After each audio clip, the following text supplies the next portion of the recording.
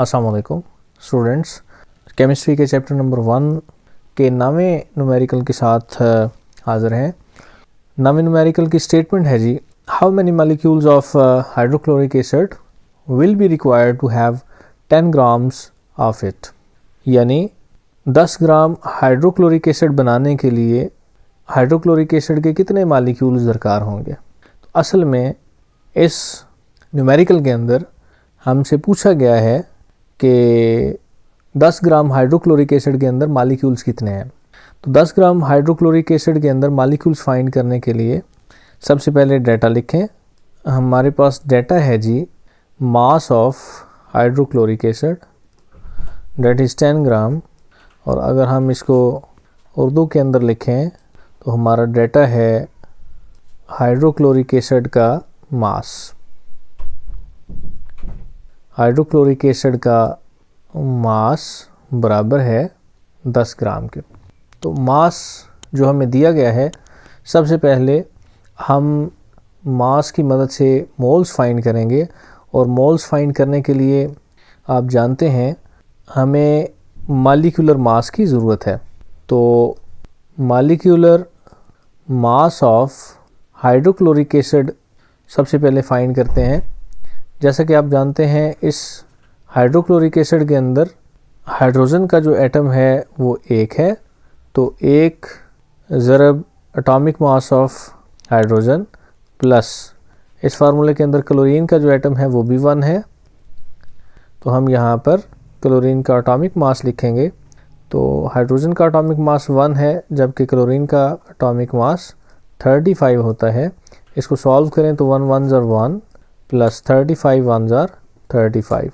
35 plus 1 will become 36 atomic mass unit या ग्राम पर मोल। इसी कैलकुलेशन को अगर हम उर्दू के अंदर लिखना चाहें तो लिखेंगे हाइड्रोक्लोरिक एसिड का मोलर मास बराबर होगा 1 ज़रब एटॉमिक मास ऑफ हाइड्रोजन जमा 1 ज़रब एटॉमिक मास ऑफ क्लोरीन।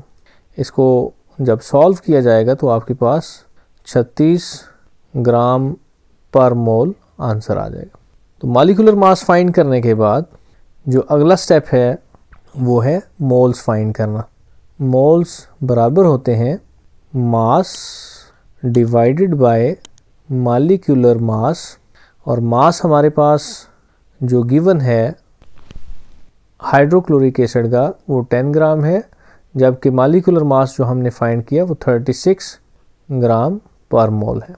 जब हम इसको कैलकुलेट करते हैं 10 divided by 36 it will become 0.2777।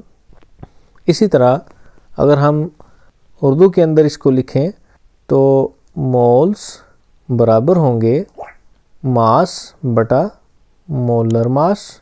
इनके अंदर वैल्यूज पुट करें तो 10 ग्राम डिवाइडेड बाय 36 ग्राम पर मोल, और हमारे पास मोल्स आ जाएंगे 0.2778।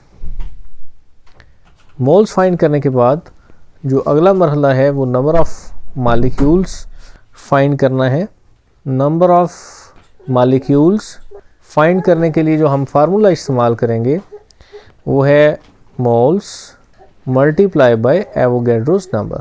तो मोल जो हम फाइंड कर चुके हैं 0.2778, इसको मल्टीप्लाई करेंगे एवोगैड्रोस नंबर के साथ 6.023 multiply 10 raise to the power 23, और जब हम इसको कैलकुलेट करते हैं multiply by 6.023 multiply 10 raise to the power 23, हमारे पास इसका आंसर आएगा 1.67 multiply 10 raise to the power 23।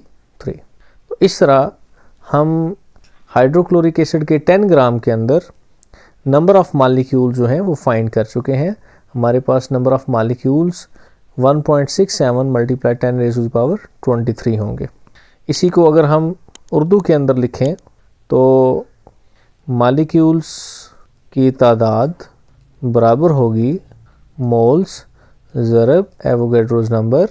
बिल्कुल इसी तरह से हम कीमतें दर्ज करेंगे 2778 मल्टीप्लाई 6.023 मल्टीप्लाई 10⁻⁻23 और कैलकुलेटर से सॉल्व करने पर हमारे पास सेम आंसर 1.67 मल्टीप्लाई 10⁻⁻23 होगा। तो इसी के साथ हमारा न्यूमेरिकल नंबर 9 जो है वो कंप्लीट होता है। उम्मीद है आपको इसकी बखूबी समझ आ गई होगी। अगर आपको किसी भी जगह पे कहीं भी कोई प्रॉब्लम महसूस हुई हो या हल करते वक्त किसी बात की समझ ना आए तो इसको कमेंट बॉक्स में ज़रूर पूछिएगा, इंशाल्लाह उसका सलूशन ज़रूर दिया जाएगा। शुक्रिया।